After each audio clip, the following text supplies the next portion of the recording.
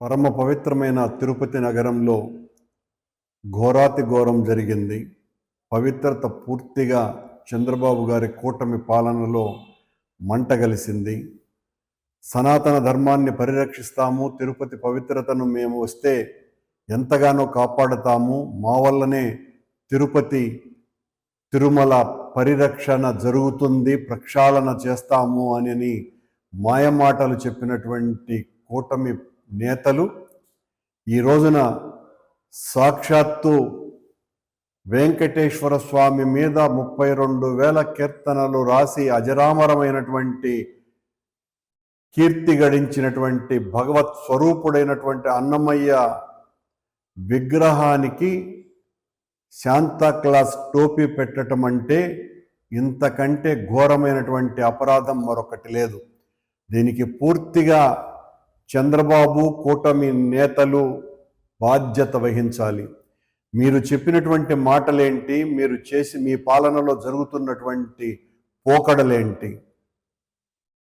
విపరీతమైన రద్దీగా ఉండేటువంటి ప్రాంతం, పట్టణ నడుబొడ్డులో ఉన్నటువంటి చోటు, అన్నమయ్య విగ్రహాన్ని రోజు కూడా దారిన పోయే వాళ్ళందరూ కూడా చేతులెత్తి నమస్కరించేటువంటి కూడలిలో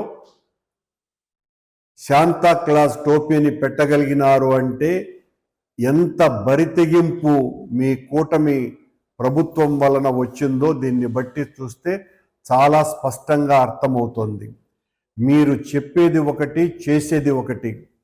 మా పాలనలో మేము తిరుమలను అపవిత్రం చేశామని చెప్పినటువంటి మీరు మీ పాలనలో జరిగినటువంటి దీనికి సమాధానం చెప్పుకోవాల్సినటువంటి అవసరం ఉన్నది.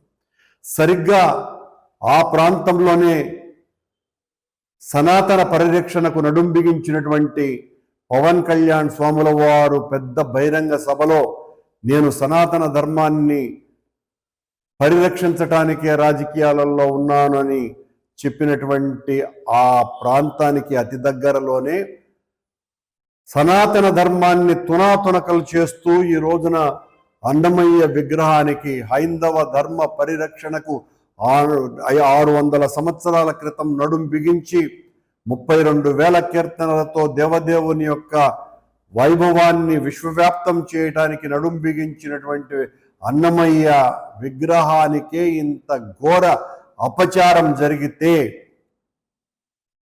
ఎవరు బాధ్యత వహించాలి?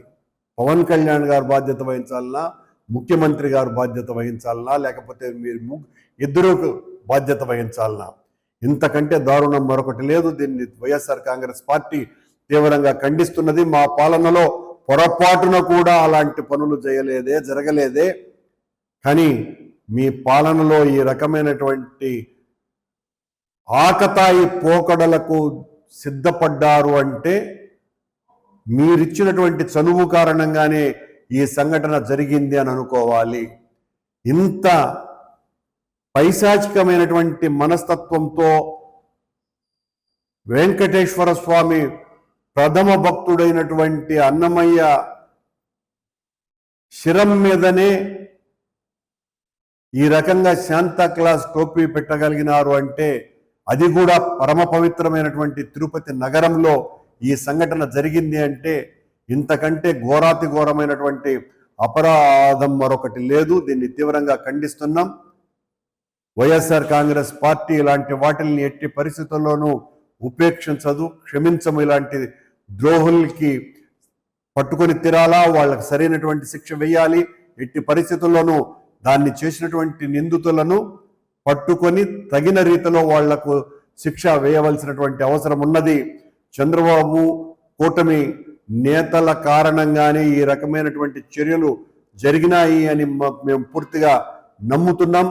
మీరు ఊరికేనే ప్రకటనలు ఇవ్వటం తప్ప ఆచరణలో ఏ రకమైనటువంటి ఇలాంటి వాటిలను జరగకుండా జరిపేటువంటి చర్యలు మీరు తీసుకోకపోవటం మూలంగానే ఇలాంటివి జరుగుతున్నాయి అని తెలియజేస్తున్నాం. తీవ్రంగా దీన్ని ఇంత అపచారానికి హిందువులకందరికీ కూడా మనసు గాయమైంది.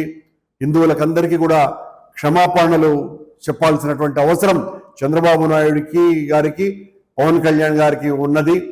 మేము ఈ చర్యను తీవ్రంగా ఖండిస్తున్నాం.